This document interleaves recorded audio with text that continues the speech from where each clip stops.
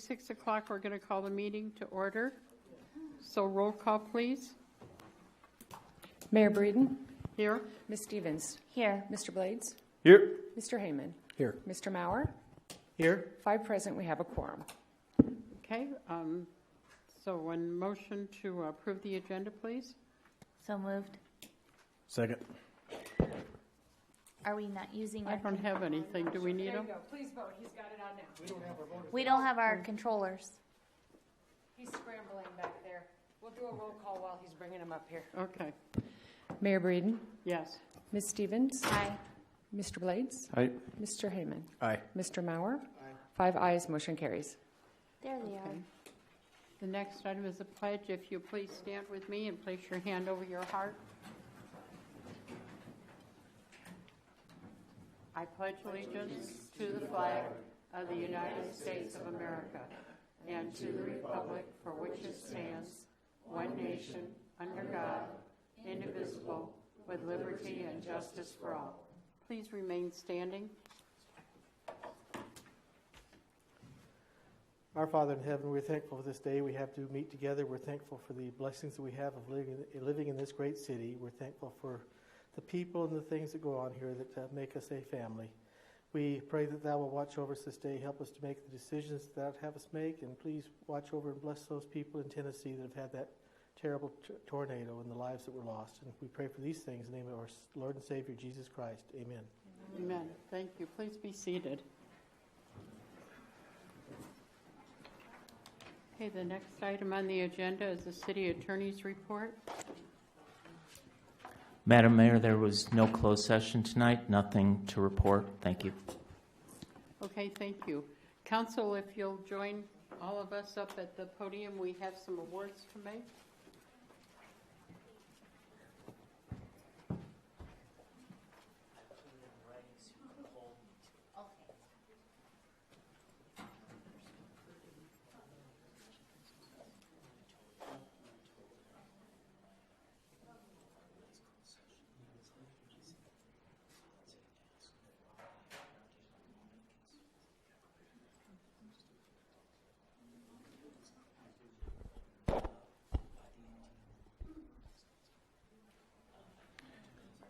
Good evening. At this time, I'd like to call Justin Schuckman up to the podium. So Justin is receiving a Recognition of Service Award tonight for his dedication and work and service to the City of Ridgecrest. And this certificate is in honor of 5 years of service to the City of Ridgecrest. And Justin, we want to thank you for your hard work. And hopefully you'll be here for another 5 and then a 10 and a 15 and a 20 and on down the road. So we thank you very much, and I'd like to present this to you.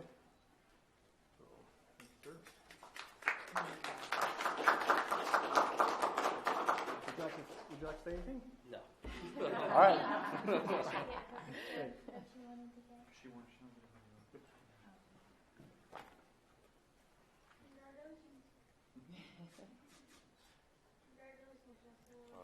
Yes, sir. Congratulations. So, thank you. Thank you for your service. Absolutely. Thank you.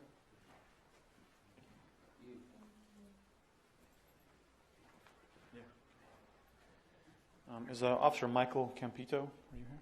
Sir, he was unable to make it. He had a prior work engagement. Okay. Well, that's all I have to say. Sure. We don't want to present it later? Just present it now? Okay. Well, this is an award in recognition of his service for 5 years for the City of Ridgecrest, and of course we appreciate his dedication and his hard work. Thank you.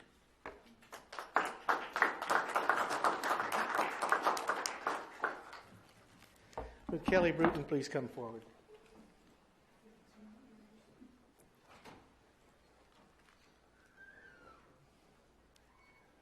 Kelly has put up with us a little bit longer. She's served 15 years for the City of Ridgecrest. Congratulations, Kelly. Thank you. And we got this recognition of service, but we also have this plaque for you. Wow. So, All right, thank you. because you made a milestone. All right, thank you. I think we want some pictures of you. Thank you. Go ahead and shake your hand. Did you want to say anything? You have to after 15 years. No, maybe when I hit my 25. That's a deal. Okay. Thank you.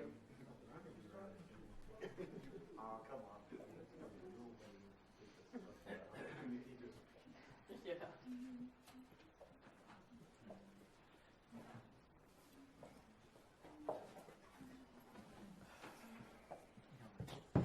Thank you. I'll make sure you get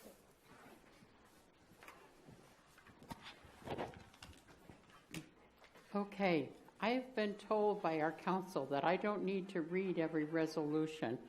And as I had my cold last week and was trying to cough through the whole thing, I'm just going to read a little bit so you understand. Public comment first. Well, that was what I was going to say, public comment, so I don't I need to thought you read could that do whole I thought you thing. could do the consent calendar. Yeah, Oh, okay. okay, so, I assumed. Do you want me to do it, Madam Mayor? Do you want me to do the Sure. the blurb you're talking about? yes, thank you. So this is the public comment period. It's the time for any member of the public who wishes to address the council as a whole on anything that's not on the agenda tonight. If it's on the agenda, please wait for that item. And you'll be restricted to 5 minutes. And if we appreciate it if you want to go up and speak and someone is speaking, try to use your time to make your way up there if you're able to. So that we don't wait for, it's more respectful of everyone's time if we don't have to wait for everyone to each walk up to the podium. Thank you very much. And we are asking additionally so we can have addresses if we can't answer your question. So when you say your name, please give us your address when you come up so we can address that to you if we need to. So is there any public comment? After all that, thank you. Okay, consent calendar. I'm going to, all items on the consent calendar are considered routine, and if you would like to pull any one of them from council, we can, or public. And the first one you can see is the proposed action to approve draft minutes of the City of Ridgecrest for February 19th. Is there anyone would like to pull that one? Or the next one is a grant application for the United States Department of Justice. Anyone like to pull that? I move approval of the consent calendar, please. Second. Please vote. 5 ayes, motion carries. Okay, the next Can we item. go back to council announcements? Where's council? Oh, I'm sorry, Right it after was public up, comment. pushed up without a space. My apologies. Council announcements. I happen to have one announcement. I had the privilege of volunteering to be a poll worker yesterday from 5:30 in the morning until 9 o'clock at night. That makes it a long day. But we found a lot of errors. So I suggest that if anybody that didn't vote or they mailed their ballot in, you might want to check and verify that you're set up properly. There were a lot of people marked the wrong political party, and a lot of them were marked vote by mail, which they didn't really want to vote by mail, and so a lot of them threw away their vote by mail forms, and we can't give out a second ballot, so that way they'd have two technically. So they have to either surrender the ballot or they have to do a provisional, which they have to fill out a form and everything else to vote.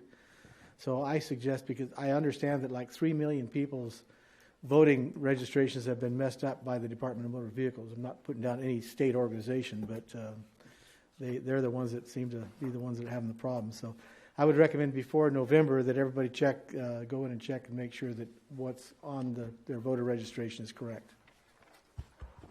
Is there any other council announcements?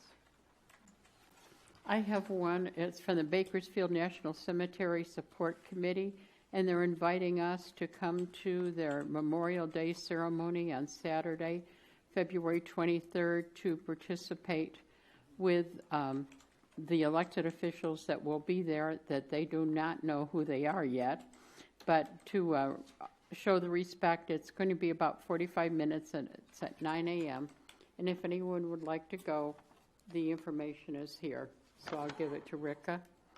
And you're going to do that one? Okay. So I have an announcement here on Friday, March 27th There's going to be the Respect for Law Recognition Dinner. It's the 25th Annual John S. Ward Respect for Law Recognition Dinner, honoring officers of the year from Ridgecrest Police, China Lake Police, California Highway Patrol, Kern County Sheriffs, and the Ridgecrest Explorers.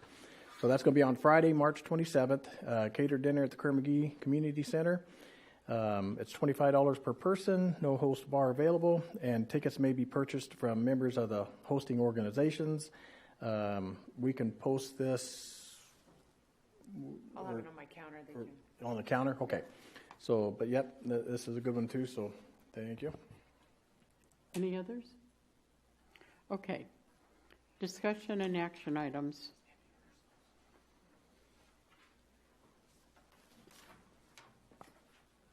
Mr. Culp, if you'd come up, it's a resolution to approve the professional services agreement with Wildan. And if you would talk to us about that, please, sir.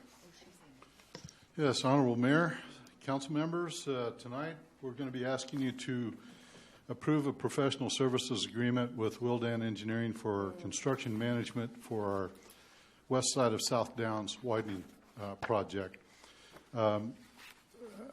Council members, Honorable Mayor, we're currently out to bid on this project. We are going to be opening bids on the 19th of this month, and we expect to ask you to award around the 1st of April, one of the first meetings in April. So we're right on the doorstep of getting started with our construction on that. Our scheduled construction start date is the middle of May. And so we're moving right along. My inspection today of the site, it appears that actually all of the poles have been moved. The new poles are in place. There are remaining poles, mostly distribution poles, that they need to transfer service over to, but all the new poles are in place in a matter of transferring service over to those new distribution poles. All the transmission poles have been in place, and the transmission lines have been transferred over to the new poles, so we're in good shape there. Basically, all that's left is doing the transfer of distribution and underground work, and Southern California Edison will be out of the way, which will permit us to proceed with our construction. Southern California Edison is estimating somewhere around the 1st of May of being completely done with all of their transfer service as well as their underground work. I think the underground work will probably be the more laborious tasks that they have for their project. But anyway, did you have a question, Yeah, I was just Councilman? going to ask, are we going to have any outages around town while they're moving those lines? You know, I would anticipate so, because they do have to kill the line in order for transmission and or for distribution, and that's where services come off of. And there are service drops off of some of those poles that serve some of those properties along the west side. So I would anticipate that there will be an outage necessary to transfer service. We haven't discussed that specifically, but that's my anticipation.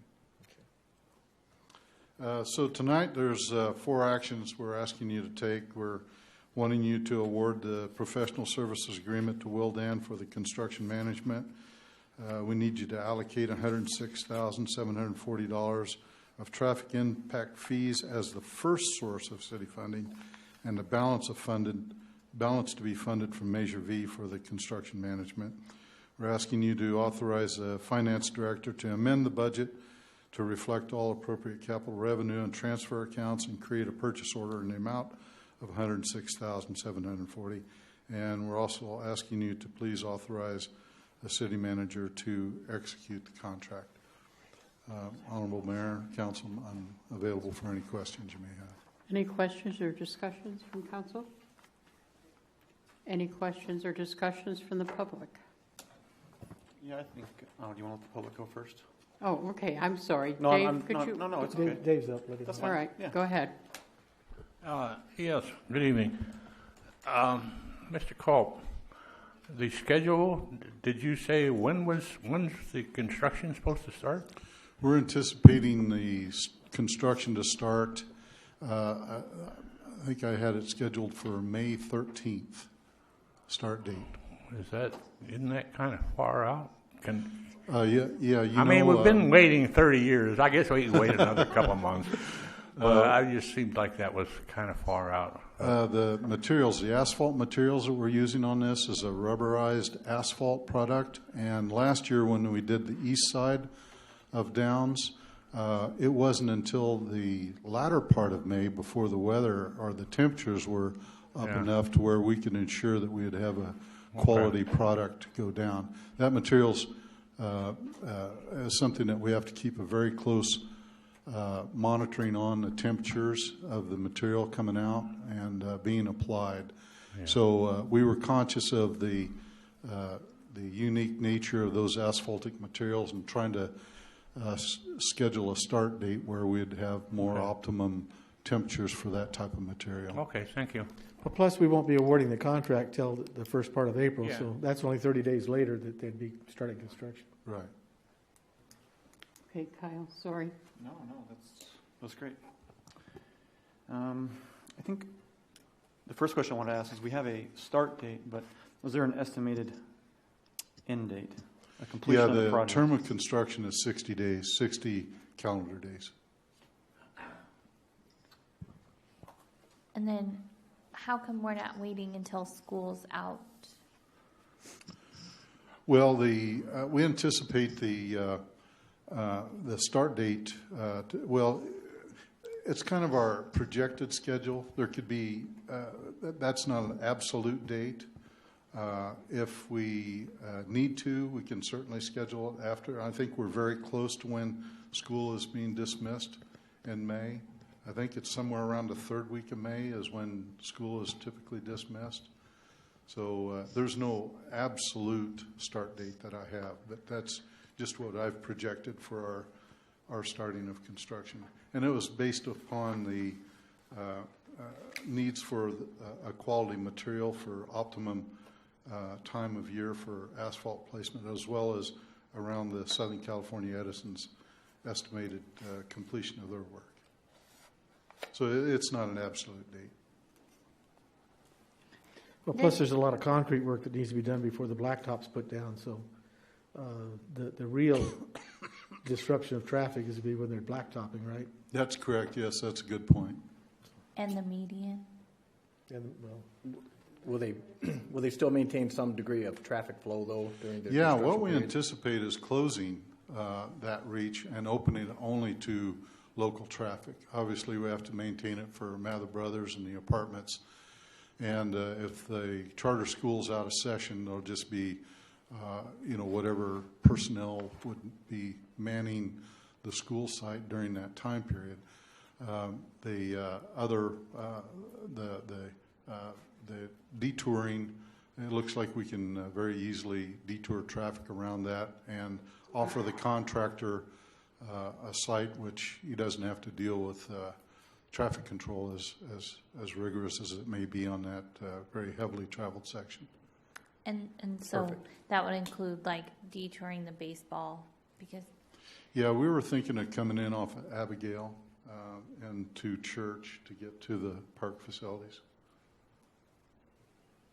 And then I had another question. With it seems like a lot of times we're hiring for the construction management and the materials testing, and a lot of times they're pretty significant dollar amounts for these projects. Is there ever an instance when cities can do that kind of work themselves? Like, have we evaluated if we got on another staff person, if we could start to do some of this ourselves? Because $106,000 for just the west half of this project, which we already paid a similar amount when we did the east half. And then I think, last time we approved $52,000 at our last meeting. So I was just curious if there's...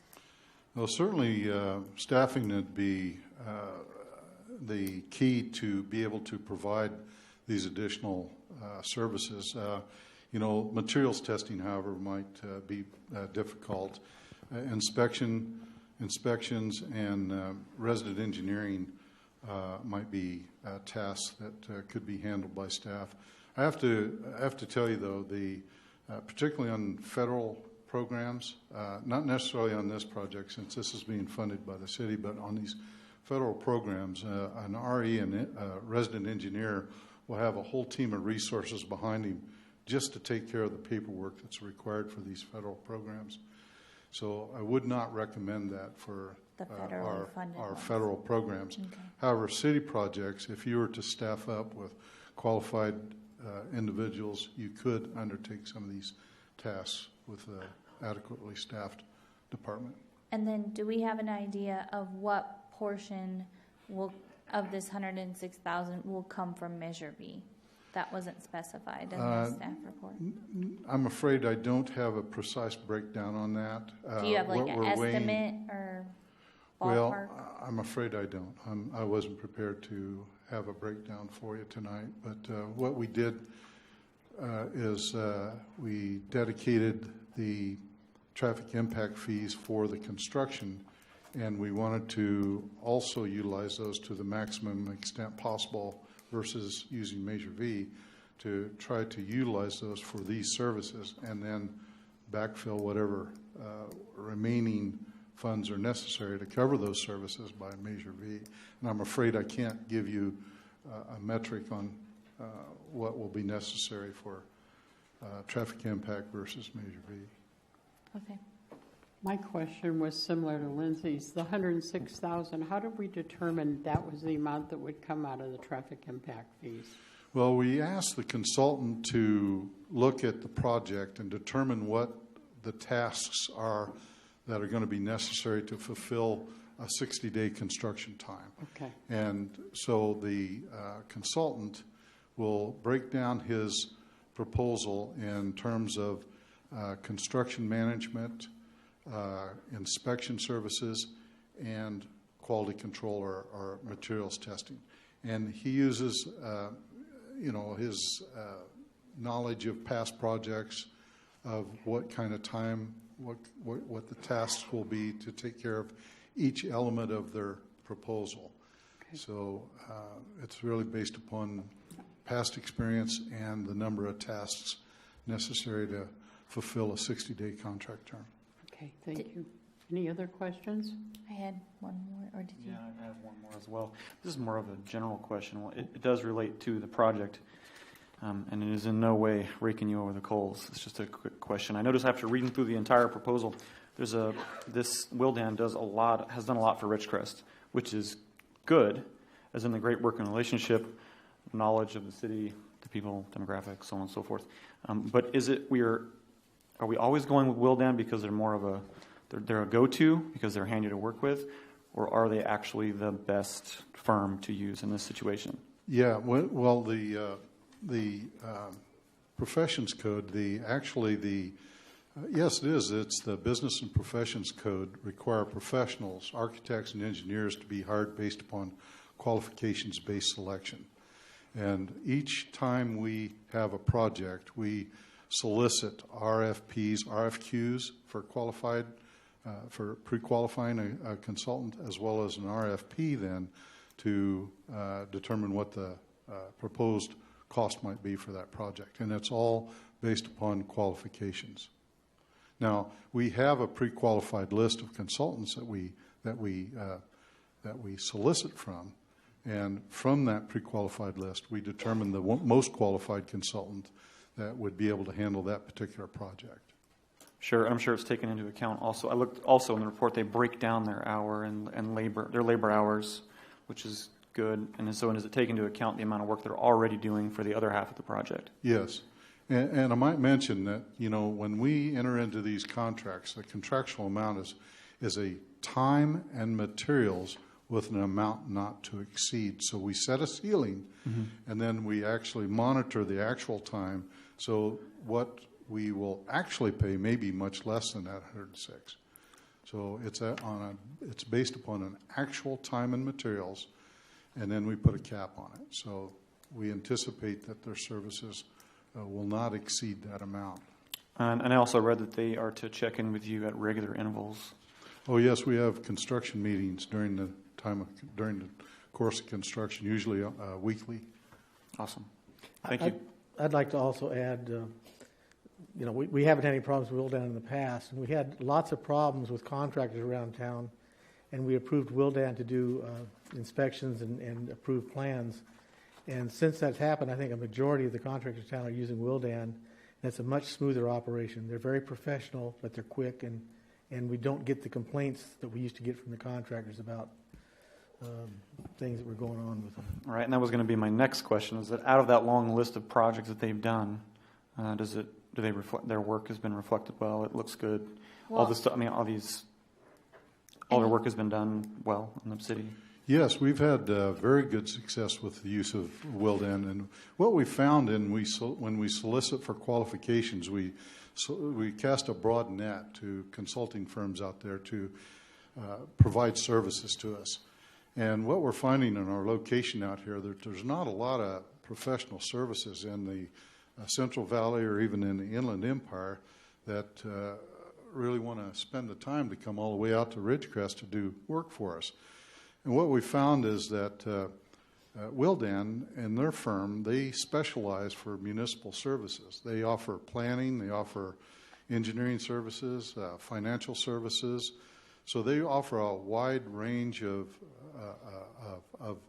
services that fit municipal needs, which makes them fairly unique from other engineering firms. So, we have had good success with Willdan. Thank you. Well, and I think to clarify, Mr. Maurer was referring to like building inspections, which and plan approvals. And plan checks for which we use the county for, which is that's a different group than Yes, what it is. does Well, but this it's part. the same firm, but they do it much. For example, personally, the last 6 building permits I've submitted, the county lost 2 of them. And one of them I took over and handed to the counter at the building department, and then I called a month later to find out we don't know where it is, and they finally found it. Willdan has never lost a set of plans, so it's just. They're a very professional company, and you're right. This is a different department than what is doing the building, but it's a very professional company. Thank you. Any other questions or comments? Anything from the public then? Please come forward and identify yourself and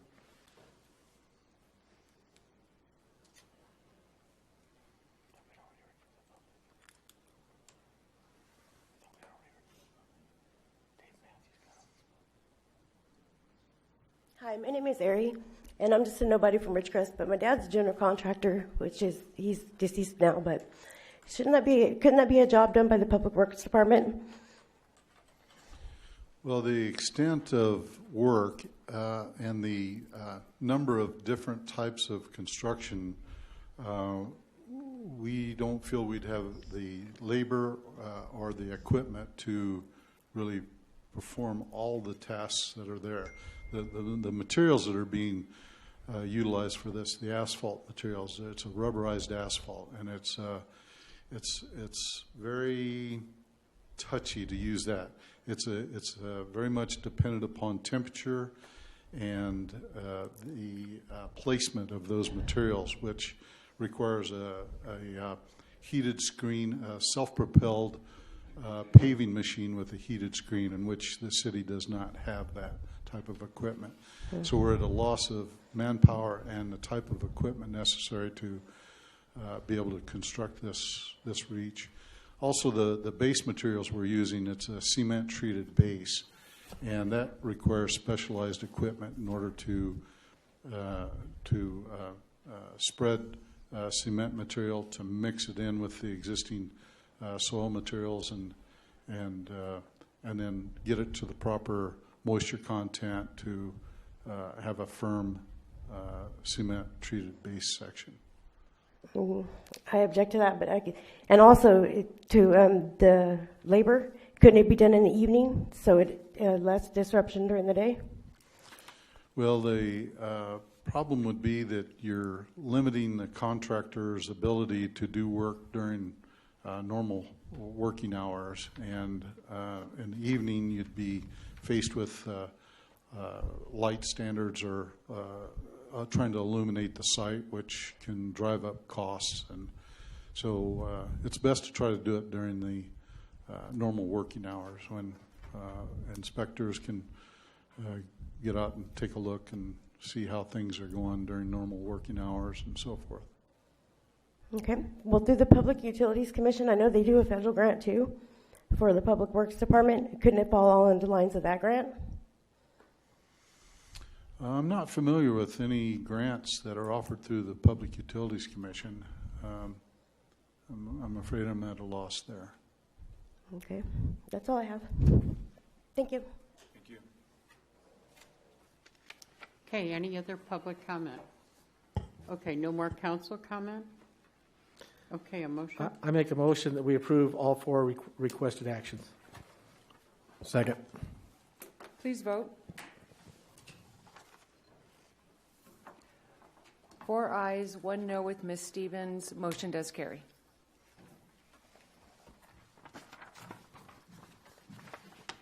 Okay, the next item is a public hearing.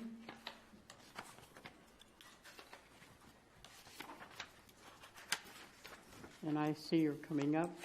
Bard? Take your time.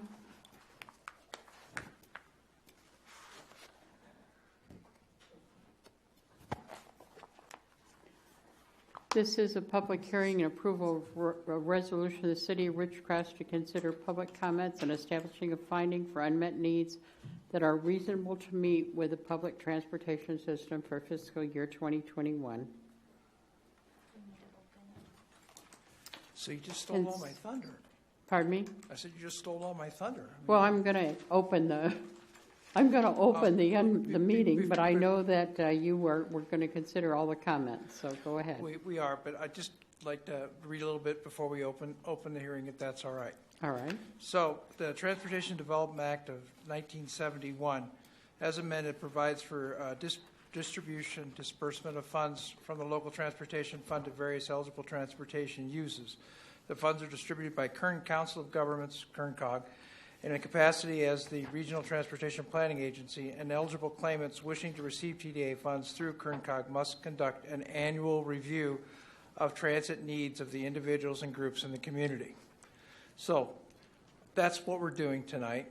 What we're doing, the things to remember is that this funding is for the next fiscal year, 2021. We do work with KernCog. If for some reason we have unmet needs that we need to consider, we will not ask you to move ahead with the resolution. We will go back and we work with KernCog to get those needs met and then come back again. This is only for the city of Ridgecrest. Kern County holds it for Inyakern and for Randsburg and anything else in the area except for the city. There's 2 slides up here that I want to talk about before we get going, and I don't have. Thank you.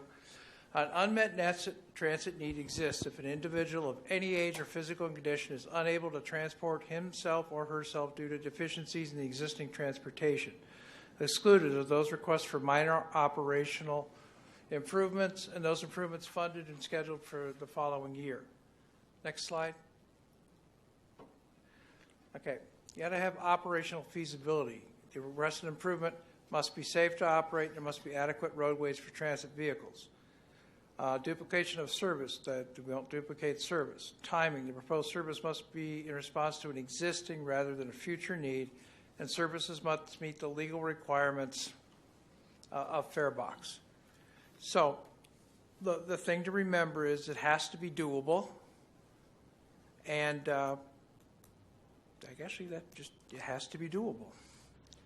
At this point in time, I would like you to open the hearing. Okay, we will open the hearing now. We declare it open, and anybody who are asking for public comment and council comment, would anyone like to do so? Okay, seeing no comment, then we can close the public hearing. And we have to make a couple of findings. Recommending the motions? The resolution is will basically ask you to, the facts herein are true, and the council has jurisdiction to consider in making the findings in the matter herein mentioned. So that there has been no unmet needs.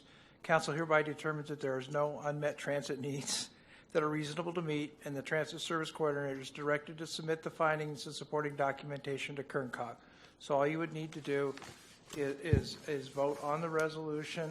But just so you know, it was advertised properly, and it was brought to this group more than 30 days ago, which is the requirement. It was brought on the 25th of January, so more than 30 days ago as well. That was going to be my question, Bard. How has the community been able to be aware that we're going to have this meeting? Well, again, it was brought here and announced. It was in the agenda at that point. It was also advertised in the paper as well. That's how we normally do it. Oh, that's great. I was just asking. No, I know, Yeah. It isn't. No, anything it wasn't. extraordinary. I didn't see it as anything other than just how did you do that? So yeah, that's what we normally do. Okay, so we will, the motion as was made, Close the public hearing. I'm sorry, close the public hearing. Now the motion. I'll make a motion of approval. Second. Please vote. 5 ayes, motion carries. Okay.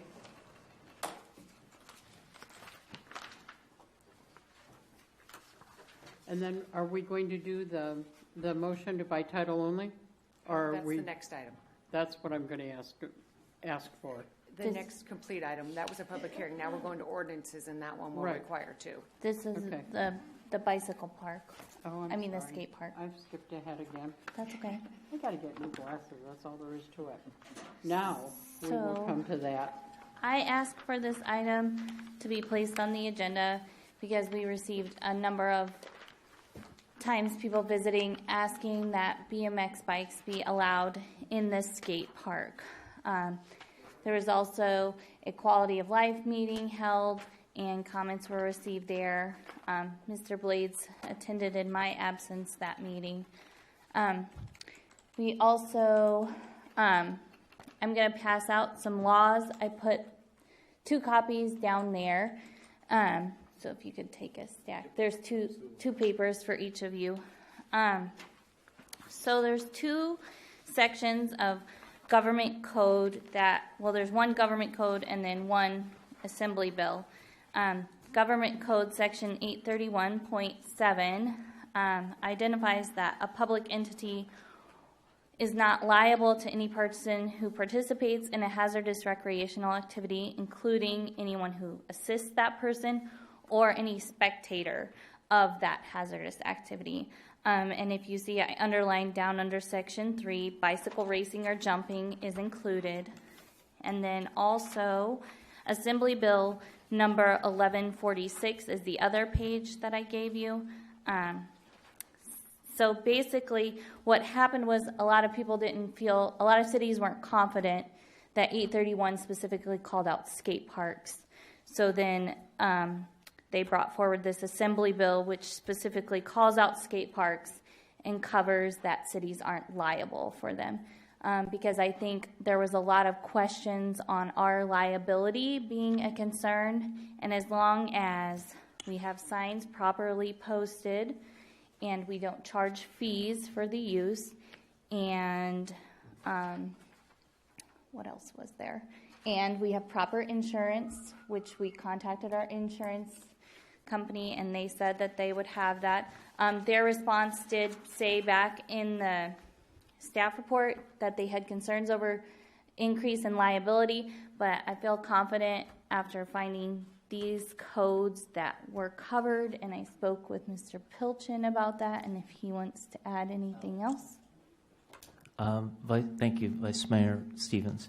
So Vice Mayor Stevens is correct that the state law protects the city against liability for people participating or watching hazardous recreational activity. So this is Government Code 831.7. So this law does list a bunch of things, including equestrian competition, pistol and rifle shooting, Right, but it's not an exhaustive list, meaning that hazardous recreational activity is not only those things that they identify.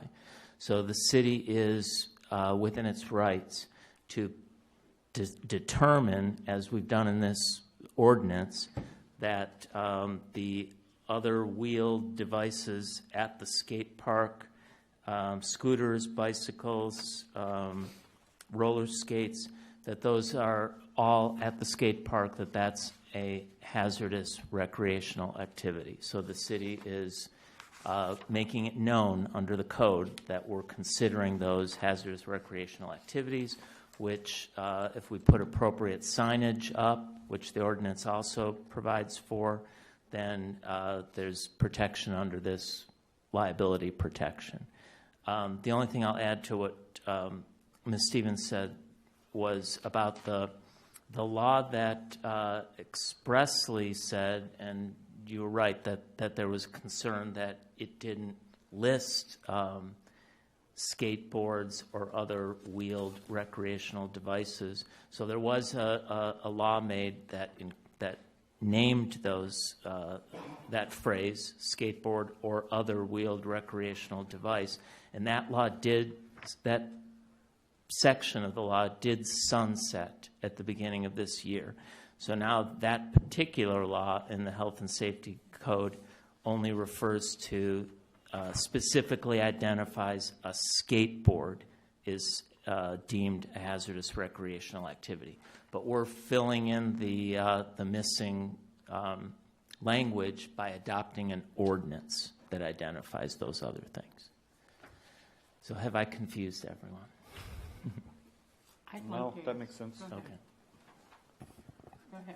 No, I was just... Oh, I had a couple of questions because when you talk about...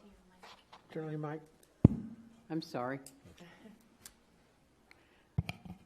When you talk about participants, when we're having different participants of different ages participating in the same thing, the same area, is a young child given the same protection as an adult? You mean the same safety protection, or what do you mean? Legal protection also. Are we given the same legal protection as a child, from a child or an adult? Okay, so the liability protection for the city, which is 831.7 for hazardous recreational activities, it has a carve-out for negligence.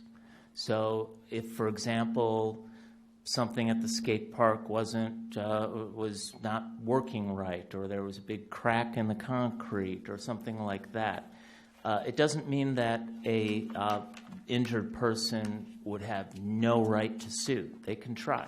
They can try to prove that the city was negligent.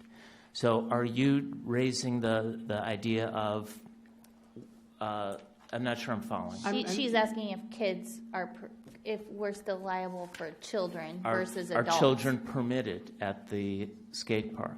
Well, are we liable for children? No, I'm asking two questions. One, how do we protect the young children, 8-year-old, 6-year-old, whatever it is, with an adult who's doing the same thing in the same area?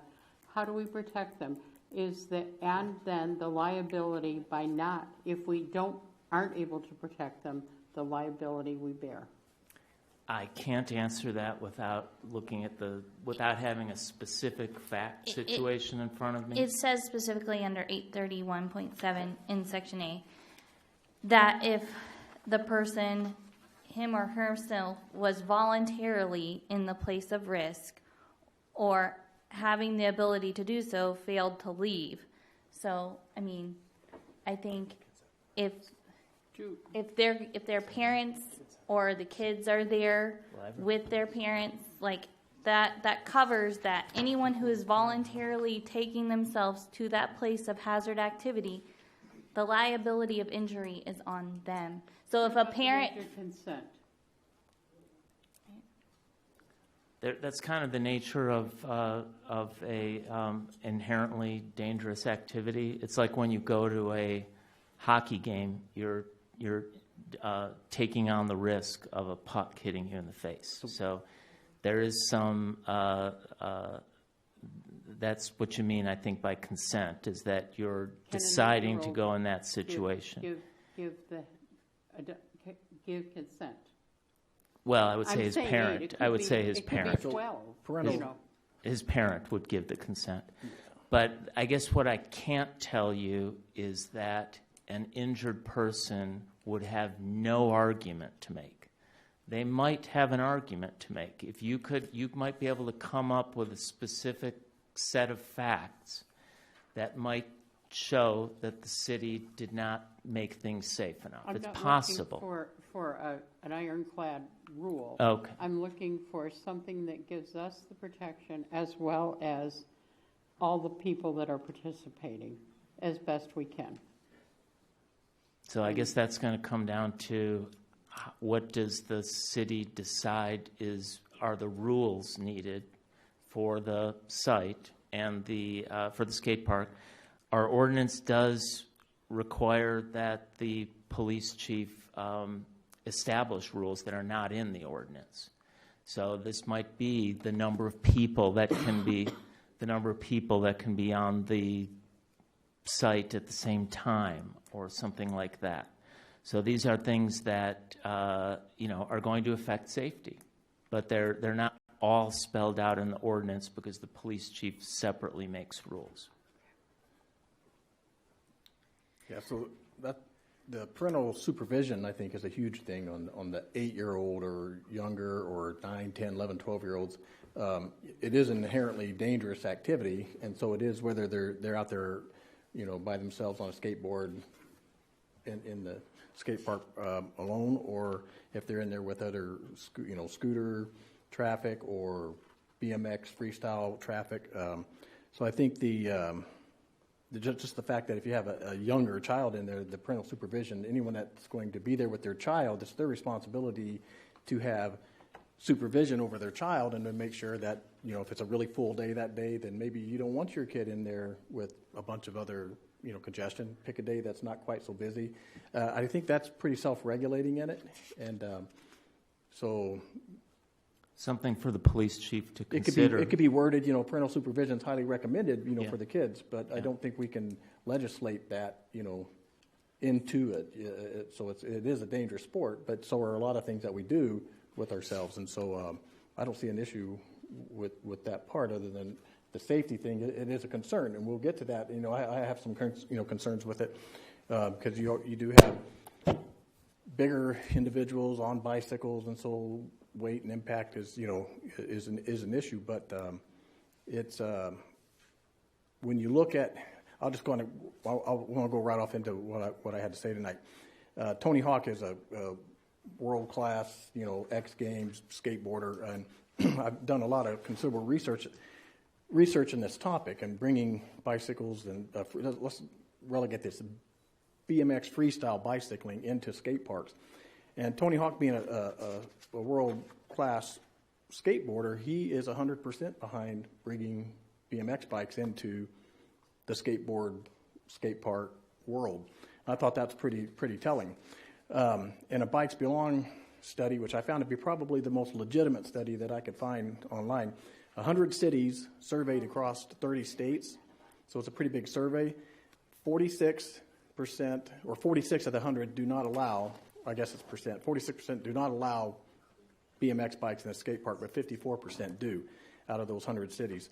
76% recommend and use unrestricted, this is the important part, unrestricted schedules for bikers. So they let the kids and the bikers and the skateboarders and the rollerbladers kind of find their place. If you go surfing out in a point off of Rincon, you learn your place. You go out, you paddle out, you get in line, you wait till it's your turn, you make sure you're responsible for safety. There's those issues. And so 76% recommend and use unrestricted schedules with the bikers in the skate park. 67% said that bike-related wear and tear is observed in the skate parks, so that's a concern. I went out and I've been out there a couple times looking at the skate park and looking at the wear and tear we have, how it's built. So remember, 67% say that the bikes do cause wear and tear, but 42% of these groups that allow the bikes in require and suggest park-friendly pegs and pedals. So I think this is pretty solid evidence from my perspective that the BMX bikers, the freestylers, need a place to go, and this place fits that niche. They have to police themselves. They have to be respectful of the other people that are in that park, whether they're skateboarders, rollerbladers. You got to respect the fact that if they're 8 years old, do they got a parent with them? Are they capable of fending off themselves against bigger adults? I mean, like I said, it's dangerous. It gets much more dangerous when we start putting those other factors in there. But I believe it's a very workable solution to what we currently have. And so the ordinance. Now, the other thing I have about the ordinance is that when you look at I believe this is a governor-sponsored or bill, the newest change in the ordinances for the state of California for allowing other wheeled mechanisms or whatever you want to call it into the skate park. One of them is wheelchairs, and so I think it brings this line. If I'm not mistaken, and Lloyd or Attorney Pilchin can maybe answer this better than myself, in that does this bring us up to legal code a little better that we're allowing everybody freedom to participate in a activity regardless of their specific type of activity they're doing or their handicap or not handicap or wheelchair? Does this bring us up into what's considered the current? I'm reading from Assembly Bill number 1146, subchapter B. It's over B. Let's see here, section 1. Well, it's on the second column on the right-hand side.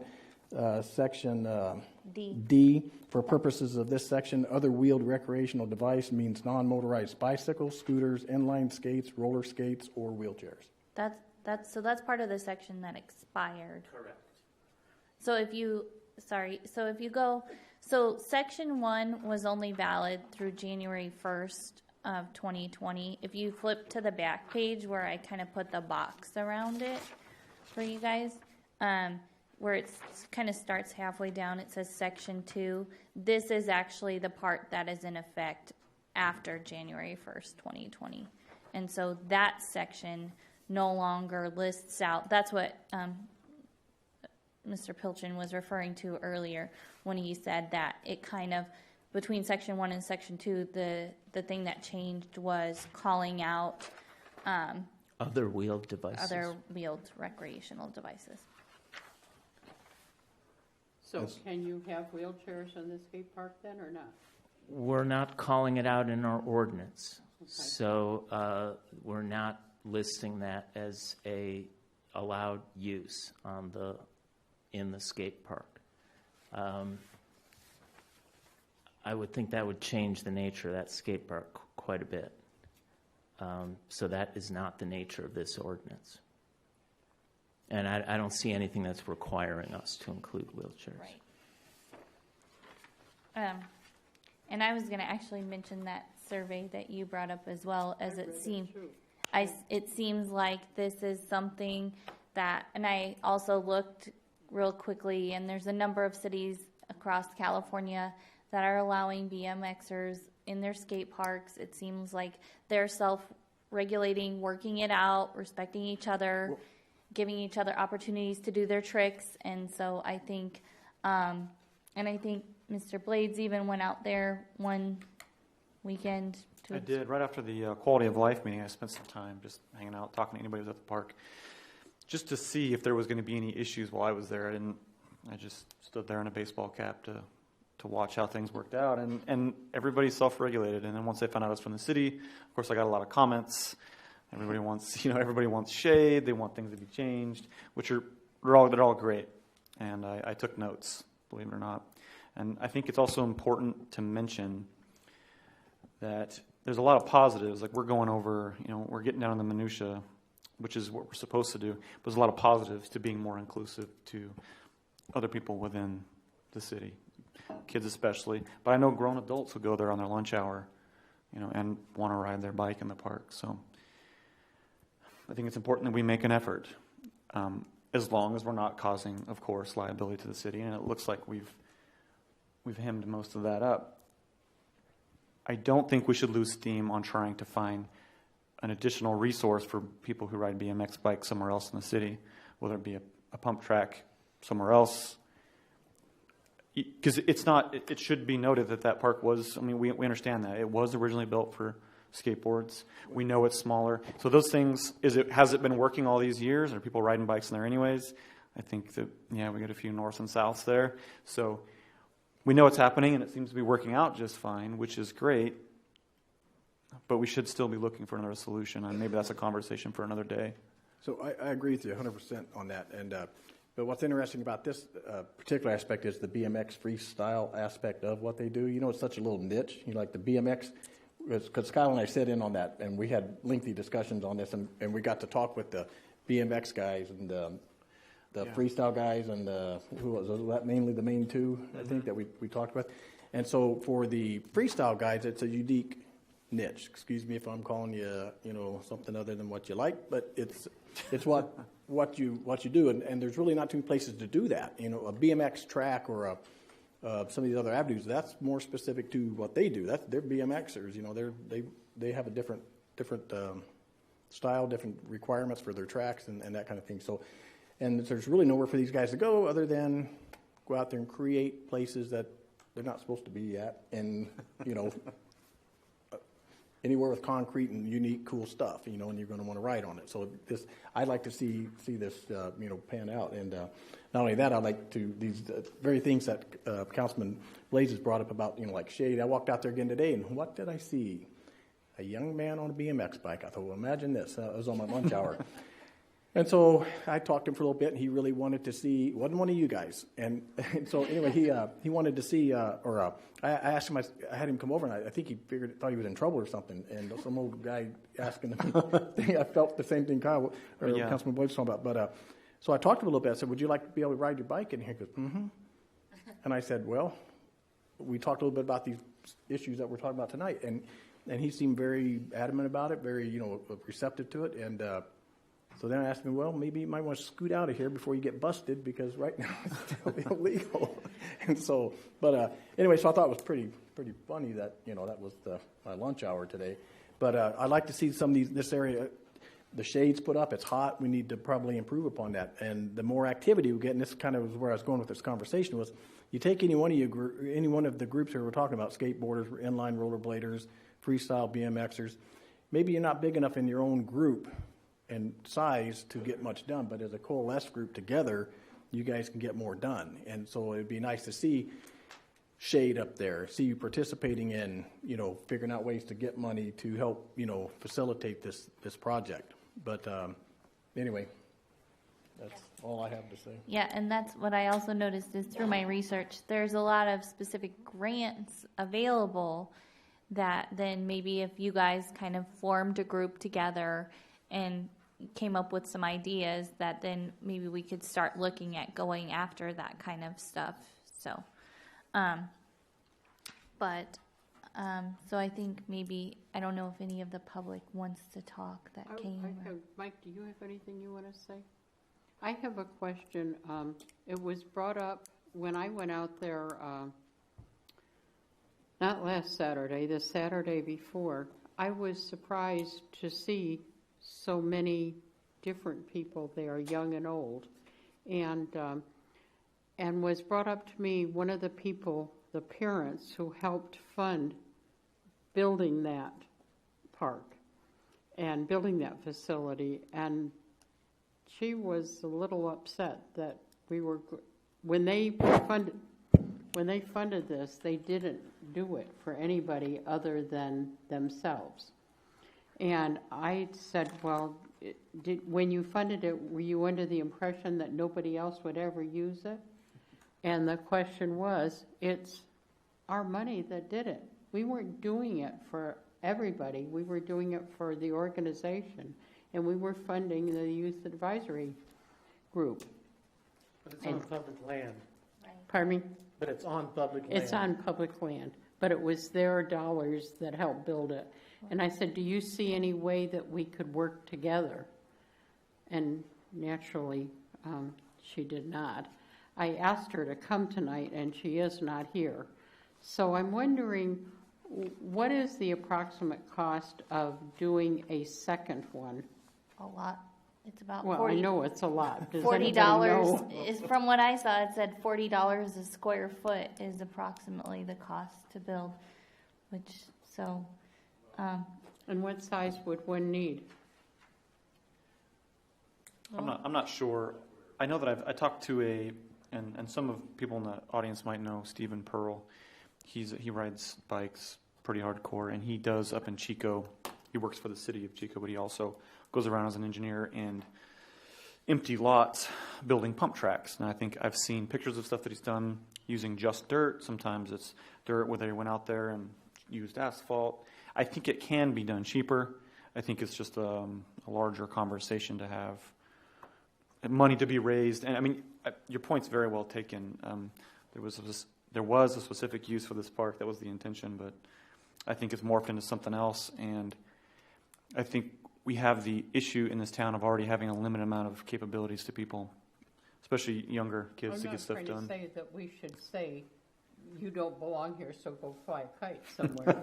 But what I do say is that I think we need to look at how we can accommodate, if those people that did this long before I was ever involved in the city, that put the money up to do this with the intent for A, B, C, and D, whatever they were at the time, do we diminish what they have done by saying, we don't care what you intended? I don't think we diminish it. I think actually it's a positive. Because I think what they did was such a great thing that it built upon. I mean, I'm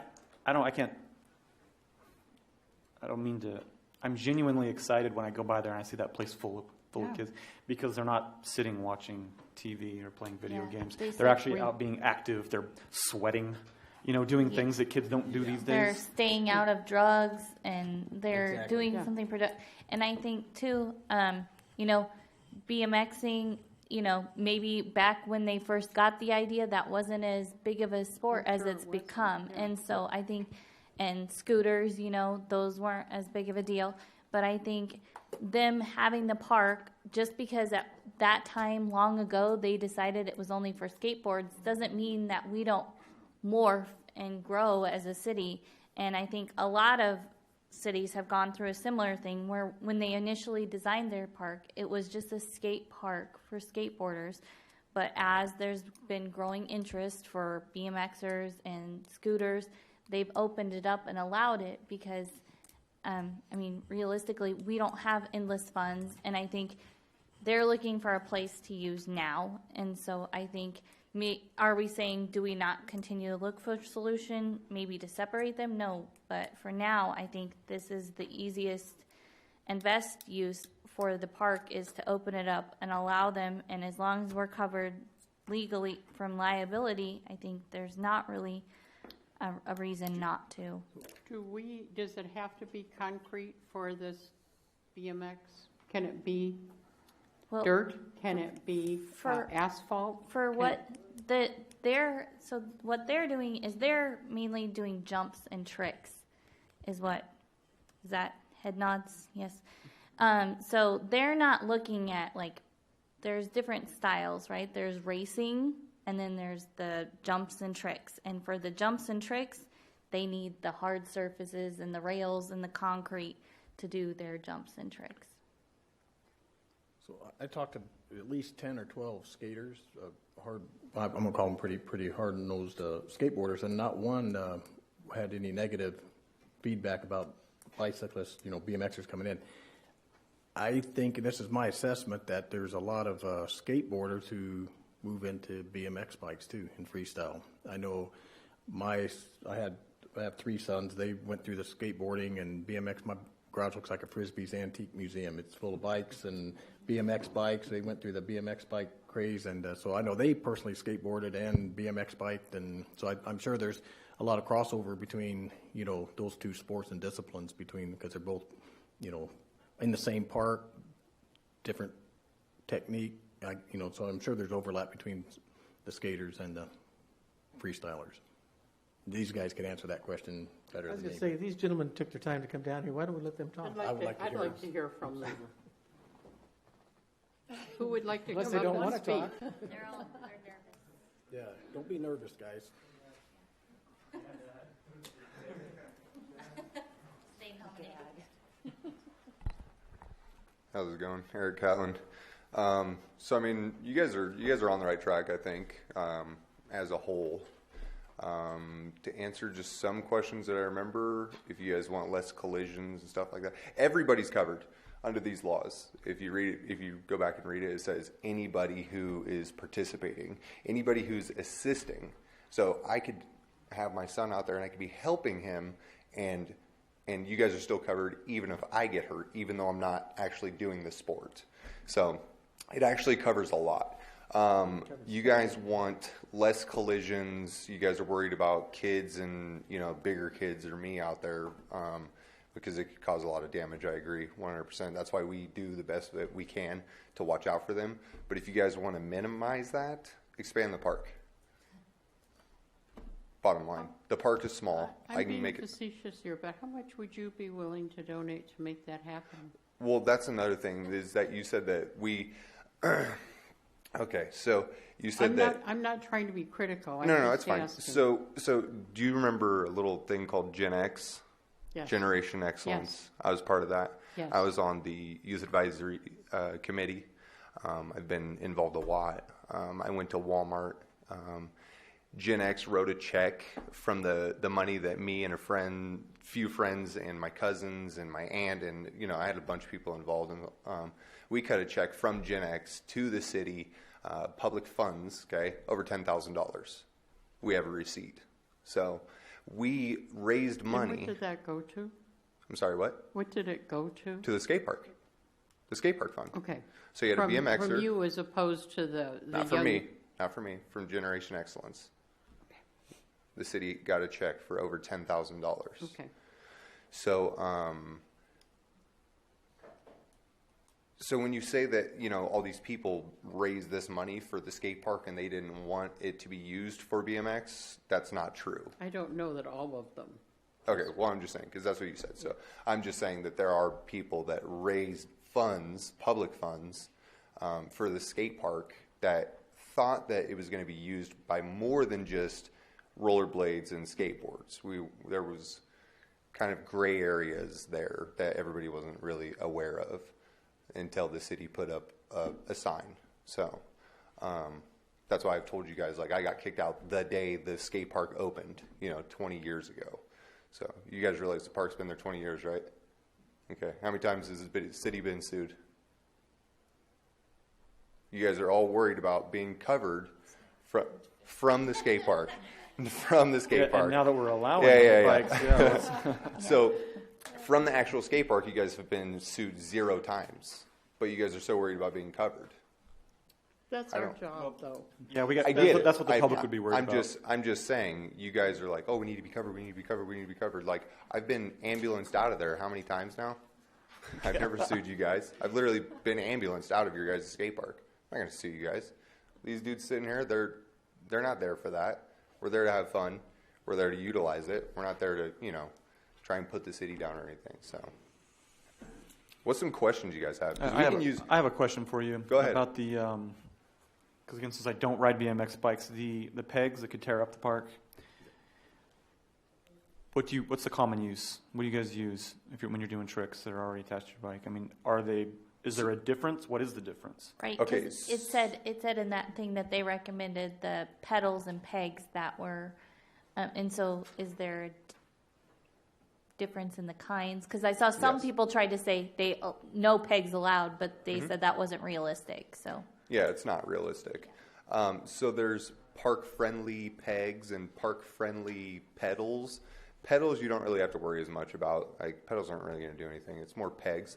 Now pegs back in the day it was really super hardened steel, and it's not like that anymore. Now it's a peg is made out of aluminum, and then it has a hardened plastic sleeve over it.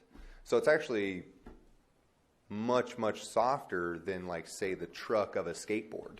So because that's really what tears up ledges is the trucks of the skateboards, because that's super hard metal, Oh, and we have titanium pegs as well, which is very soft metal. It's not gonna do anything to the cement.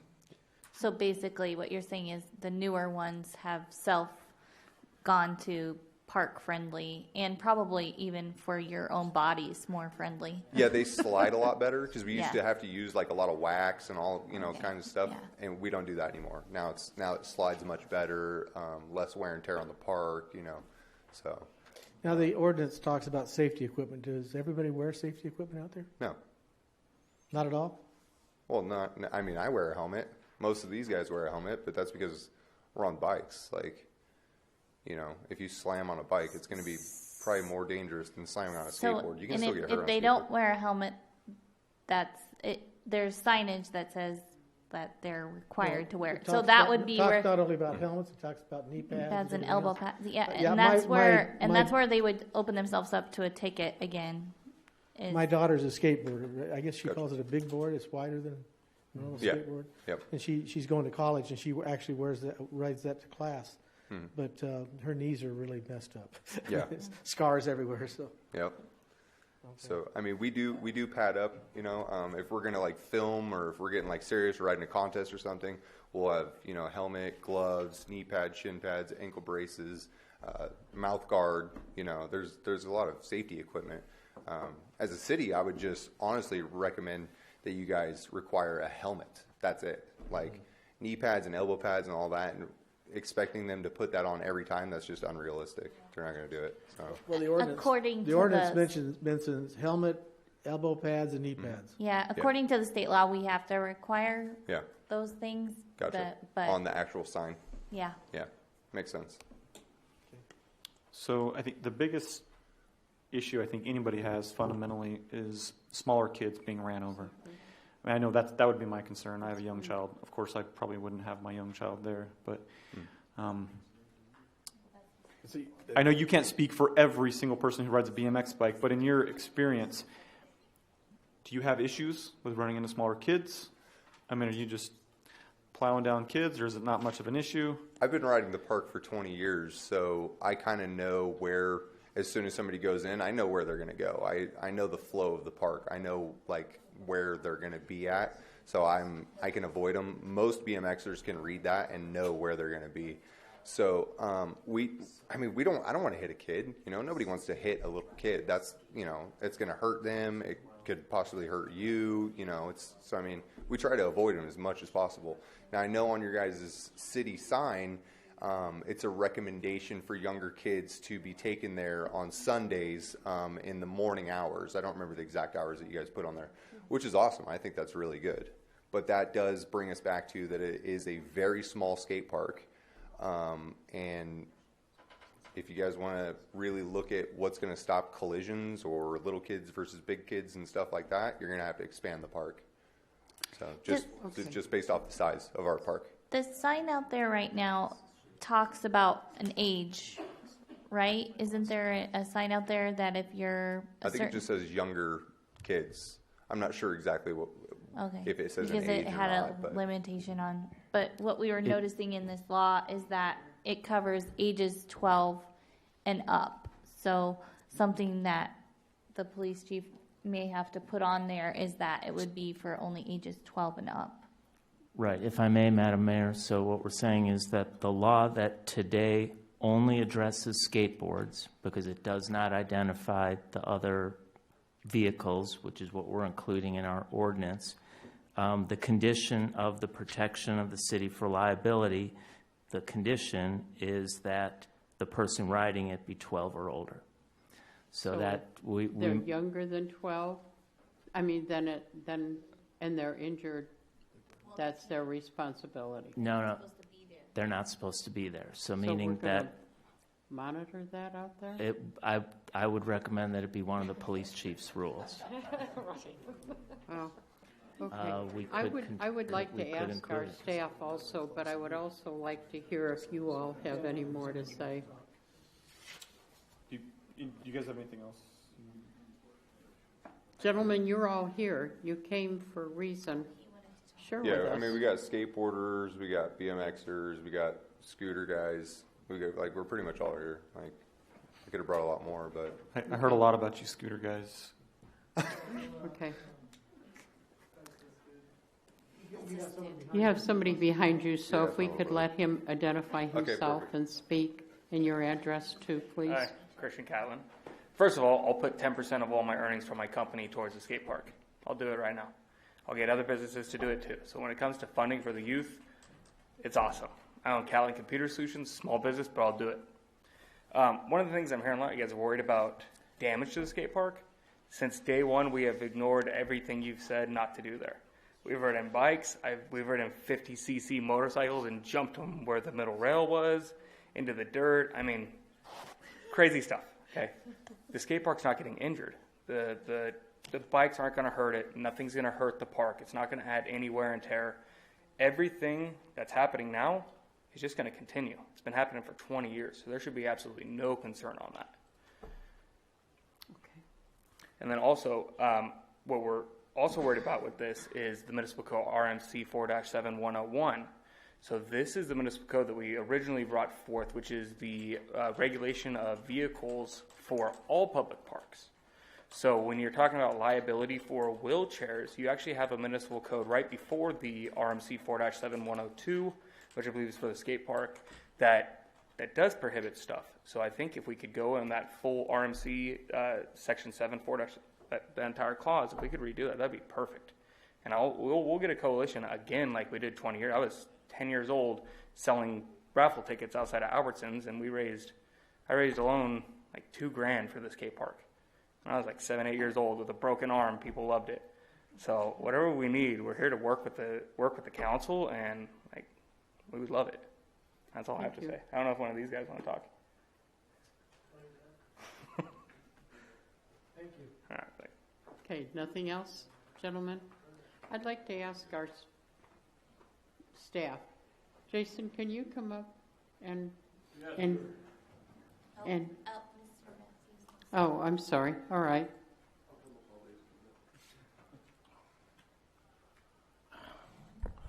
I'm an old skateboarder from way back, if you believe that. I got a bridge in Brooklyn, I'll tell you too. I am concerned that when we were talking about the ordinance, the wheels section, you need to make sure that you've got the phrase non-motorized in there somewhere, because if it's not, sure as hell somebody's going to come out there with a scooter, a motorized scooter or something, and start running around the park. I'm sorry? I saw one the other day. Yeah, But- okay. A scooter. But it is specifically called out in there. And the other thing is that the helmets are a must. And I know from experience, not from skateboarding, but just walking around and trying to do stuff in my backyard. Remember when I was wearing the neck brace?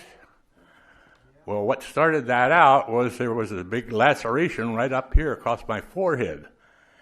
And that is one of the worst places to get a cut because it bleeds like you know what.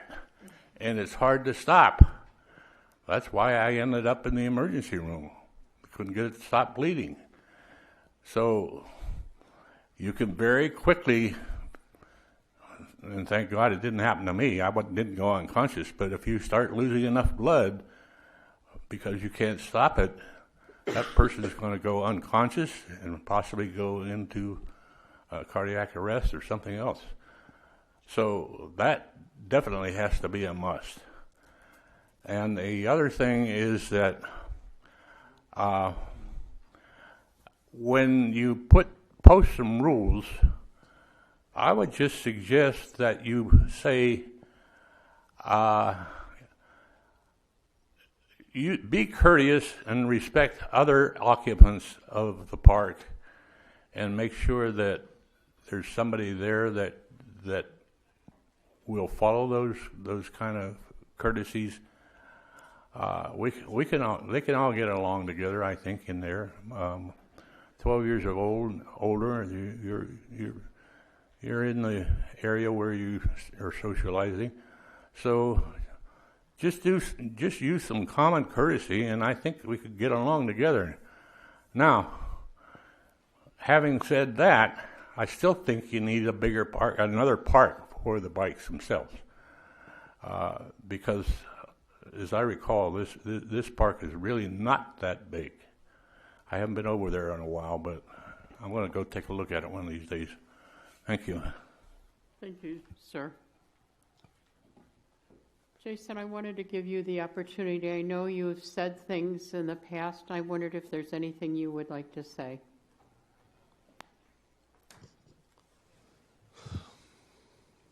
I don't want to put you on the spot. I'm just asking as the Parks that's my Director. job. But out of respect for the council, the mayor, and have sat up where you're sitting now, and out of respect for my boss, I'm not going to make comments, but if you want to ask me questions, that's fine. Okay. Does anybody have any questions for him? Do you have an objection to this? Do you have an objection to this? I sent a pretty detailed email to all the council members and the city manager of my opinion on the whole thing. So I guess I missed that one. you should have a copy of it on your in front of you. I'm not going to read it. No, I'm not asking you to. What I'm wondering is, I'll read it myself. Thank you. what I'm wondering is, who is going to, would this be the Parks and Rec that is going to enforce those rules? Would it have to be the police department? Yeah, it's a law enforcement issue, and I mean I will say the comments that I've heard about self-policing, obviously that doesn't work, and that's not going to happen. I mean, I think they would agree if that were happening now, there would be no bikes in the park. Yeah. And if you go out there at any given time, you'd see that they're not wearing helmets. Some are, but a lot aren't. So the whole self-policing thing, it doesn't work. Because like I said, there'd be no bikes in there now, right? If they were self-policing, because it's against the law. So yeah.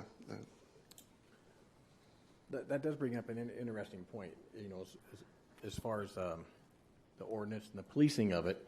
But I think if the rules and regulations are set, I don't think we can legislate stupidity or, you know, if people go out and do stupid things and smack their head on the concrete, but there was a sign that said don't do it, well, how are you going to get around that? You're never going to get around unless you put a chain link fence up on it and you had a full-time personnel paid to sit and let people in, let people out, and no, you can go, you can't, and you broke the rule, don't come back, and that's not feasible. So correct. And I don't think we can ever get around that issue that you bring up. It's a valid issue, but I don't see any way around it. So I mean, if people are going to do stupid things, if parents are going to bring their little kids out and let them get run over by somebody bigger, I think that's poor parenting, not the kid's fault. Unfortunately, definitely not the kid's fault, because he should have had parents to not bring him there and let him loose in a place that's not okay to be, you know, at that age. I mean, so it's got to be responsibility, I guess, is where I'm kind of going back to, that, you know, individual responsibility. We can set the guidelines and the rules, but and the one thing I did want to bring up too is that just because we have insurance that covers liability doesn't mean it's okay to do something and increase accidents and injuries. So my concern, I do have some concern that, great, the state came in and said, oh, everybody's, you know, covered, but if we see that there's no longer this nice track record that we've had and that there are increased injuries, what do we do at that point? Do we readdress this whole issue again? You know, so that is a bit of a concern. But I do think it'll work out. But just to that point, and I don't think we can stop people from going out and hurting themselves. Right, and from my email, I'd respectfully disagree that it's going to work out. But I agree with Mr. Catlin and Mr. Matthews that it's, to make it more safe, it needs to be bigger, or the bicycle guys need to have their own park. I figured if this goes further, we can add into that, because I would like to see it bigger and maybe add a section to that park that is more bike oriented, have a shade out there, because like it was brought up by the other councilman earlier, this is a very physical sport. This is, you know, some of us go out in the world later and do dangerous things, whether it's being a police officer or a lineman or a pilot at the service, And a lot of these guys are out doing this sport are type A personalities. They're the kind that we're going to go out and do those kind of jobs, down the road. And so they need a place to do and have fun. And I would like to see it expanded. I'd like to see some shade so they're not sitting out there in the hot sun. And I'd like to see an expansion of it to where the bicyclists are expanded. And maybe a dual-purposey kind of expansion that skateboarders could get on it too. And I think that's where their input comes in and that kind of thing. But I think the age limitations and I think the having a sound set of rules on. I was out reading it today. It's pretty straightforward. And unfortunately, a lot of people aren't going to read the rules. But anyway. I'd like to just make one more comment. You all said you are some of the biggest violators of the rules. Maybe not quite that strongly, but you don't abide by the rules. I can't ask you to take an oath that you will always abide by the rules, but what I can be concerned about is if this passes, I would like to demand that in 1 year we look at it again and see what happens, how it worked. Was there issues? Because if we keep it this way forever without addressing what happens, how it impacts the community, the kids, because my biggest concern is the kids. I don't care how many times you say the parents are there. The kids go off and then their parents drop them off and their parents aren't there. I didn't see only one parent there 2 Saturdays ago. And so an 8-year-old kid is not going to read the sign and say, okay, I'm sorry, I can't play here because I'm 12. So I'm just really concerned about the impact on the younger ones and how many of them are not going to, because you're the big guys. You are the people they look up to that they may want to be in the future. I don't want to see them scared off the skate park because of that. And so, and I'm not sure that they won't be. They just won't use it. And so I just want to make sure that we look at this in a very short period of time if we're going to approve it. Does the police department have any input? While I can't speak for Chief, well, you're here today. Please come up. Do you want me to sit next to Jason or across from Jason? Across from Jason. Come on. Next. He'll let you. No, I think we can all coexist. We need to. I mean, the town needs more things for people to do. I do have a big concern about the kids as well. I know I won't go into the specifics, but there's been incidents that have occurred recently. So is it necessary to work together and coexist? 100%. We need to evolve. So I think it's a good thing, but it does need to be policed. We do need to follow the rules. Realistically, we can't be there all the time as a police department. There's no way, just like we can't be at every intersection, every stop sign, but we're going to all have to work together on it. That's from me. I didn't speak to the boss. So one thing that it does specifically call out in this section too is that part of the requirement is local public agencies have to maintain a record of the injuries and that any claims, and so those have to be submitted every year, no later than January 30th.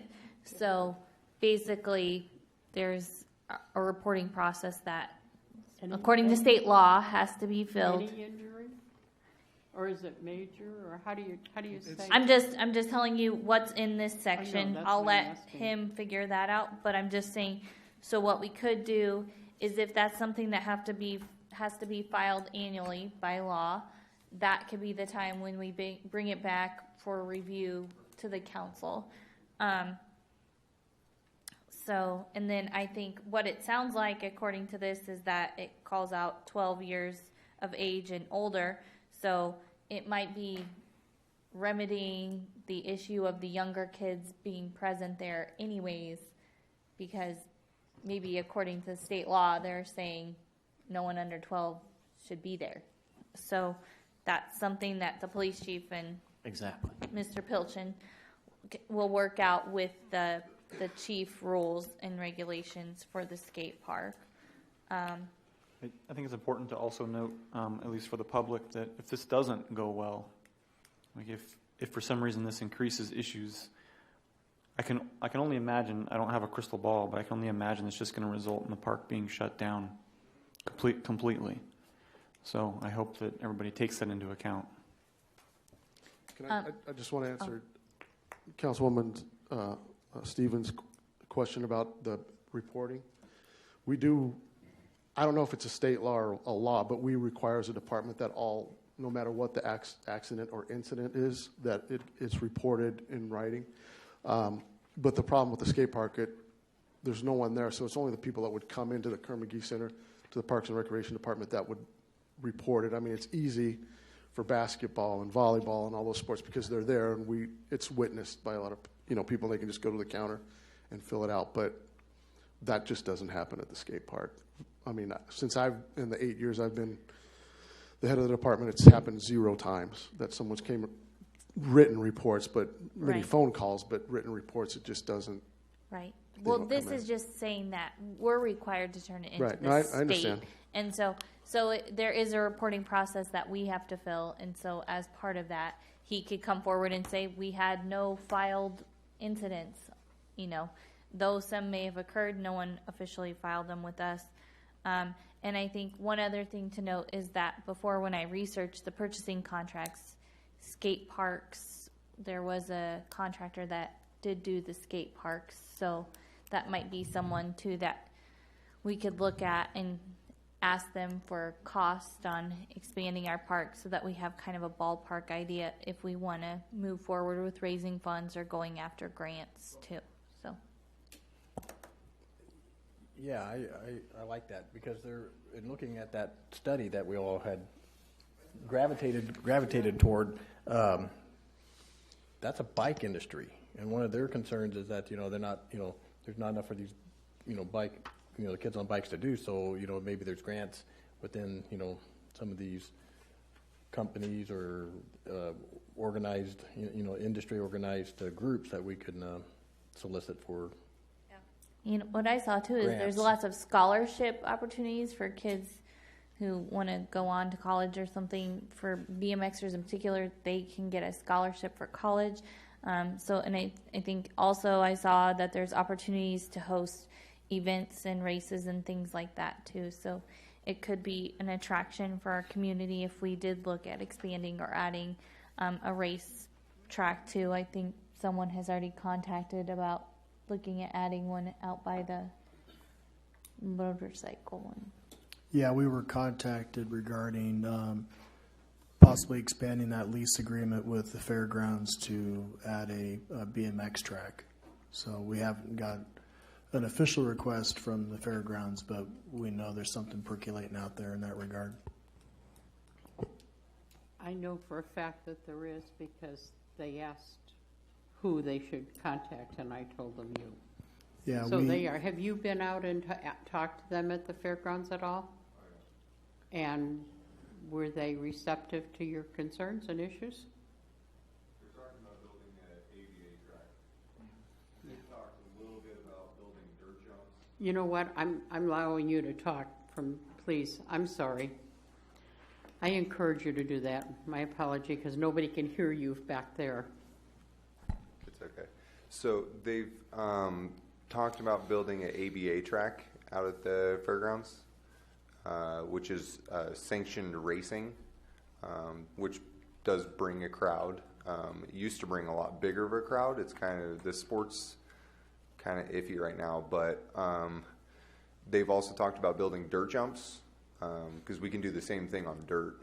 I can make the dirt just as hard as cement with just a shovel and water and good dirt.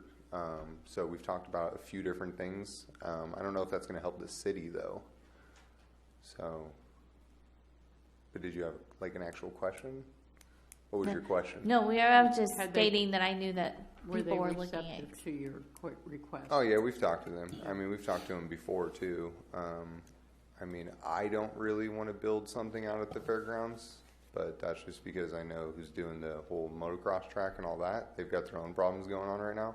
So I'd rather, if we're going to build something for BMX out of dirt, I'd rather just do it right next to the skate park, like we talked about in 2017 or whatever. We have 2016. space. We have space out there for expansion too. Yeah, so. plenty.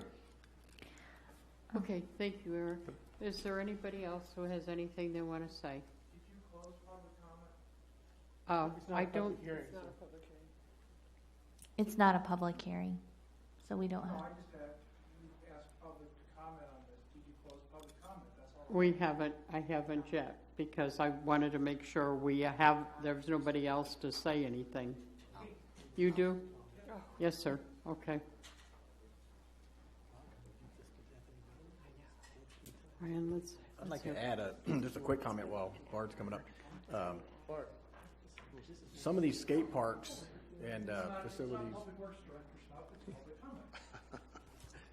Well, I was just gonna say some of these skate parks in like Colorado, they're literally like hundreds of kids and individuals at these skate parks on the weekends. Some of these places I was reading about, they're huge for the city. There's big events. It's a big thing. I think if the kind of cliche, the old build it and they'll come, but there's definitely room for expansion for the activities because I like what I was reading about in some of these other states. I was like, man, I wish we had that here for our kids because it was huge. People come from all over and they're all out there, families, and they're set up anyway. So, sorry, Bard, go ahead. It's all right. Bard Lauer, and I'm not the Public Works Director right now. I just wanted to comment that one of the things the mayor was about to ask was a pledge for you guys to treat each other nicely and stuff. One of the things that kind of caught me off guard is that you were very proud of the crazy stuff that you did. Now, when I was younger, I'm not saying I wasn't proud of some of the crazy stuff I did too. But what I would like is a pledge from you guys that you'll be good or better role models for the younger kids that are out there, type of thing. So when they're out there, please don't do the crazy stuff. I mean, I'm not saying that you shouldn't do the crazy stuff when it's just a couple of you, but don't set the wrong example is what I was asking. That was all. Thank you. Okay. Are we done with public comment? Done with staff comment? Just one last comment. I sent the email to you guys just for me. So whatever you guys decide, this was for me to clear my conscience of what happens after that. I'm not against these young people having a place to go to ride their bikes. I don't think this is the solution. I think it's a bad I think it's a bad idea. And I think it's not the right thing to do. So this was for me. Thank you. Okay. Any other? Okay, then I'm going to close the public hearing, and we will go on with a motion. So I make a motion to waive the reading in full. I need you to read the entire title, is my understanding on I ordinances. have to read right here? That's fine. Or, yes, ma'am. Or do I need to read the actual thing on the, hold on, let's see here. I think you just have to. Let me scroll down, because I think there's specific words. There okay. are specific words. All right. Thank you. I'll make a motion to waive the reading in full of an ordinance of the City Council of Ridgecrest, California, amending portions of Chapter 4, Public Safety, Article 7, Regulation for Public Parks of the Ridgecrest Municipal Code regarding riding equipment in skate park. Seconded. Please vote. Can I ask a question? Can we amend it that, waive the reading, never mind. I won't amend the other part. Okay. Yeah, technically, once the motion and second is made, you can't change it. Okay. 5 ayes, motion carries. Okay, so I'd like to make a motion to introduce by title only an ordinance of the City Council of Ridgecrest, California, amending portions of Chapter 4, Public Safety, Article 7, Regulations for Public Parks of the Ridgecrest Municipal Code regarding riding equipment in the skate park. Now, say what you want. I want to say something here. I want to add to that that we look at it in a year, and that the idea that it is simply not what's reported, but what happens, what we know is happening. How many police? What's the effect on the police budget? What's happening with issues? Not just because they're not reported that my child fell down and scraped his knee. That doesn't give us good answers. So I don't want to use the reporting of injuries or scrapes as a criteria to determine that.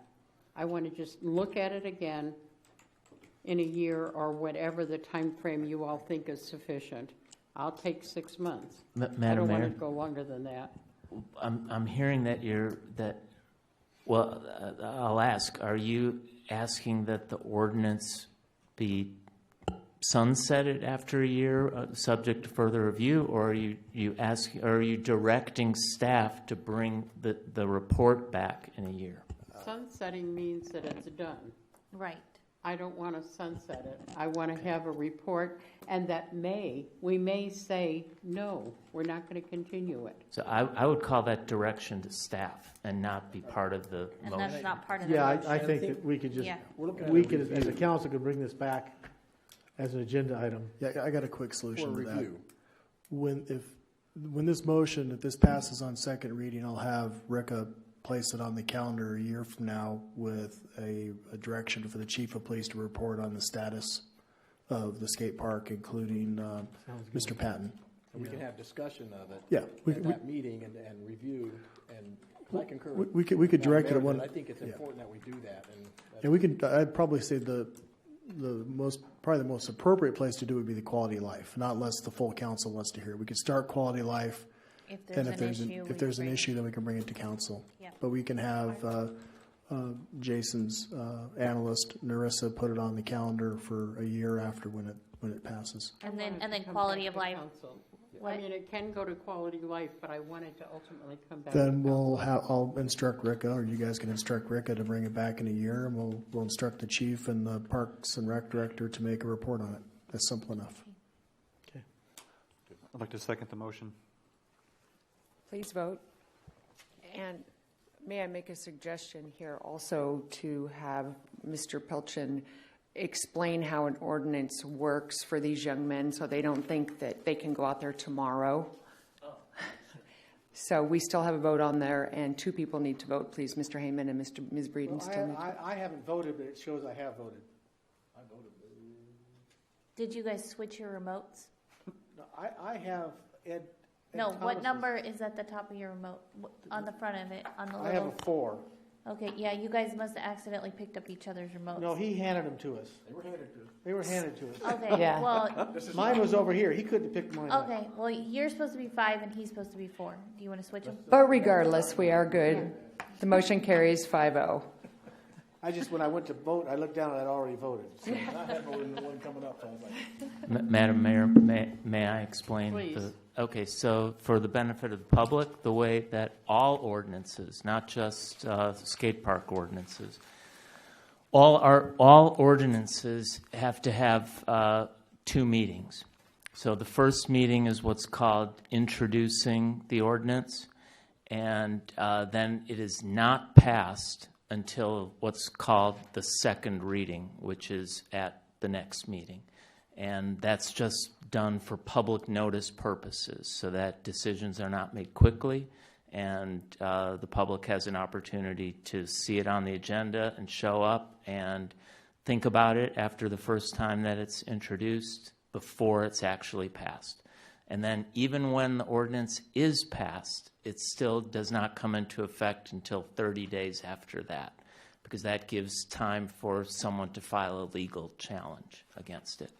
So all that's by way of saying that the ordinance has not yet passed. So come back in 2 weeks on Wednesday. Actually, I need to clarify that. Because of the public noticing, I'm not going to meet the next meeting. You have to advertise 10 days in advance, which means it has to be in this Saturday's paper, and I haven't even sent it to the paper yet. So they can't publish that fast. So it will not come back to us until April 1st, by the time I notice it for 10 days. That's just the way the reporting works for the Daily Independent. So Okay, it'll be on so the April 1st agenda for second reading. April 1st it is. Okay, thank you all. I'm still oh, asking she's you to shaking her head, sign in but- blood. Being facetious here. Pardon the pun, signing in blood. Okay, committee reports, Finance Committee.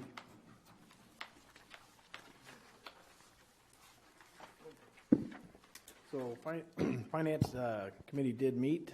So the primary discussion agenda items were compensation study update. So we had an update it's been sent in. So we're just currently waiting on word back from the group that's doing the study. We had a budget update, CAFR update, and second quarter budget review. So far, it looks like everything is looking normal and as expected. So that's all I have for the finance. Thank you. Infrastructure? Infrastructure did meet. We had two discussion items. One was a request from Chuck Rowland that we do not do the left turn only lane on Drummond Avenue at his subdivision. By a 3-1 vote, we referred this to Planning Commission for changing that policy if the Planning Commission votes so. The other item we discussed is any of you drive up Norma Street where PG&E has destroyed our street. We are working with PG&E to get them to do it right. I recommend if you're going to make a right turn from Drummond to Ward that you drive in the left lane. It's a lot smoother. And those are the two items we discussed. And we got a kind of an update for the wastewater, but that was going to change on Monday, I understand. So I don't know if you want to make a report on that or not, but that's all I have for infrastructure. Okay, economic development? We have not met since the last time when I reported. And quality of life, we did not meet because we were talking about this here. Okay, and Ms. Bosa, is nothing to report? We didn't meet. Yeah, nothing to report for the RACB. Okay. All right, other committees, boards, or commissions? I'd like to report from Kern Cog. Remember back a few months ago we asked for a resolution supporting the other cities in the county to ask the state to put the money back in for 99 and 58. The state has relinquished, and they put all the money back in for 99 and most of the money back in for 58. So our resolution's won. I guess you could say that. Thank you. How much are we talking? Whatever money they took out, they put back in. The full amount on 99 and most of the money on 58. Okay. I have the League of California Cities did meet on the 28th of February. That was in Victorville. There was a lot discussed, mostly to do with just updates on bills that have not passed yet. The largest discussion was homelessness. A lot of large areas are dealing with homelessness. I'm not going to say we don't have a problem in this city, but I don't think we have something that needs to be dealt with at this time. Nothing of that scale. There were smaller bills discussed. SB 378, which will be power companies. They had a lot of issues with the fires up in Northern California, and PG&E caught a lot of heat for not being able to turn off the... A lot of heat for the fires? Yeah. Pun intended. So that's being read at the state. And the state is working on the amount of the aging population that will double over the next decade, 4 to 8 million in the state of California. And so they said if anybody wants to know more about the state's plan, to go to the Department of Aging website. And that's all I have. Okay, anybody else? I know I get a day older every day. I guess we're all aging. Yeah, got a website Yeah, for you. we're all aging, is that what you're saying? I got a website for you, Mike. That was smart by the state, League of Cities, to say that. We're all aging. Okay, future agenda items. City manager's report. I'm sorry. Yes, Madam Mayor, members of the City Council, just as a reminder, tomorrow night, Mayor Breeden and Chief McLaughlin will be receiving Outstanding Achievement Awards from Kern Cog for their leadership efforts during the earthquakes on July 4th and July 5th. There'll be several of us from the city attending that event. Those are two well-deserved awards. Mr. Lauer was the one that had nominated both of those folks for that award, and I do appreciate Bargy taking the lead on that. Also, we're looking at a city organization meeting. I know that Melissa sent out an email both to Mayor Breeden and Councilman Maurer regarding selecting a couple of dates. I know we already heard back from the mayor. She says the 23rd is good. We were wondering, Mr. Maurer, if the 23rd was good for you also. Yeah, the reason for the meeting is we've been working for some time, staff and specifically Rika, who's been the lead on this, to update our municipal code. Basically, it reorganizes it, structures it.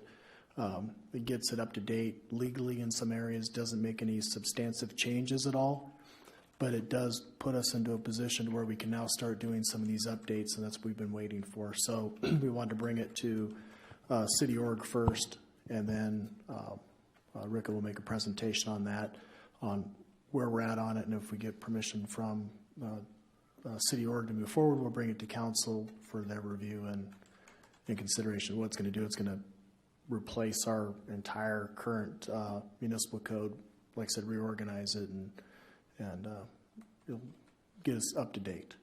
Not where we need to be, because there's a lot of ordinances we need to start working our way through. There's a list of them, so that's coming that time. So I'll let Melissa know that the 23rd is good. Also, an update on the wastewater. We did have a meeting with the Navy. We've had a significant number of meetings with the Navy over the last few months. We are working on the operational agreement. We did meet, and the Navy agreed to some significant principles that were needed for the city to move forward, specifically that the Navy be a regular rate paying customer, that they would subject themselves to pre-treatment because they are an industrial user, and they do, they will have to pre-treat some of the stuff that they send to us. One, for the protection of the facility, as well as the quality of the water that comes out of it.